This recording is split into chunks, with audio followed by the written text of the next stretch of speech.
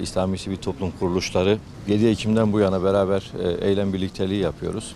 Yürüyüşler düzenledik, kermesler düzenledik, basın açıklamaları düzenledik.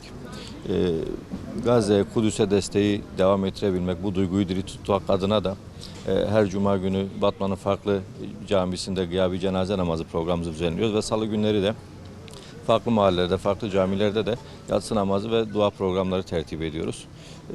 Duyarlı vatandaşlarımızdan da beklentimiz bu programlara iştirak etmeleri, evde oturmak yerine duayla da bile olsa oradaki kardeşlerimize destek olmak en azından en basit tanımıyla elimizden gelebilecek şeydir. Herkesi bu tür programlarımıza iştirak etmeye davet ediyoruz. Allah razı olsun. Batman'daki İslami STK'lar olarak Kudüs için, Filistin ve Gazze için etkinlikler düzenliyoruz. Kim hangi etkinliği düzenleyecek olursa destek veriyoruz. Elimizden gelen tüm çabayı sarf ediyoruz. Gerek cami programları olsun, gerekse kitlesel programlar olsun destek veriyoruz. Pazar günü İHA'nın Adana'da İncirlik üssünün kapatılmasıyla alakalı olarak bir dizi programları olacak.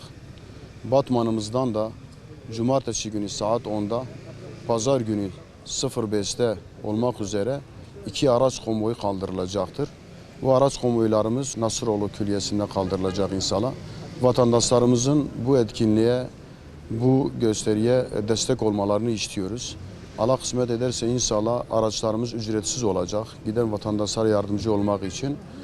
Ve bu tür etkinliklerimiz devam edecek. Tüm halkımızdan bize destek olmalarını istirham ediyoruz.